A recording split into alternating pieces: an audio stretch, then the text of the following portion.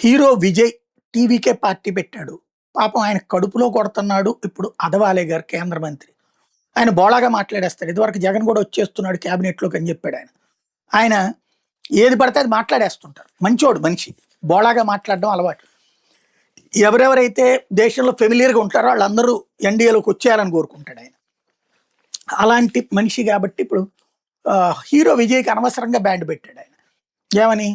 విజయ్ రేపు పొద్దున గెలుస్తాడు కాసిన సీట్లు. ఎన్డీఏ అక్కడ మెజారిటీ వస్తది.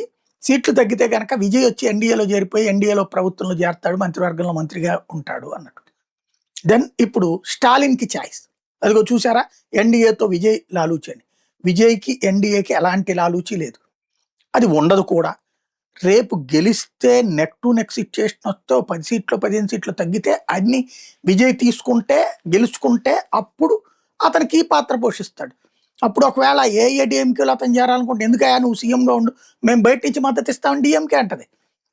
ఒకవేళ డిఎంకే అప్పుడు ఏఐఏడీఎంకే చెప్తుంది మేమే నీకే సీఎం చేస్తాం, నువ్వు వెళ్ళి చేరు అని చెప్పేసి నువ్వు సీఎం అవ్వని. ఇద్దరు పోటీ పడి మరి అతని సీఎం చేస్తాడు కుమారస్వామి చేసినట్టు. కాబట్టి అవకాశం ఆ విధంగా వస్తుంది తప్పించి అతను ఎందుకు వెళ్తాడు? రెండవది అంత సీన్ ఉందా?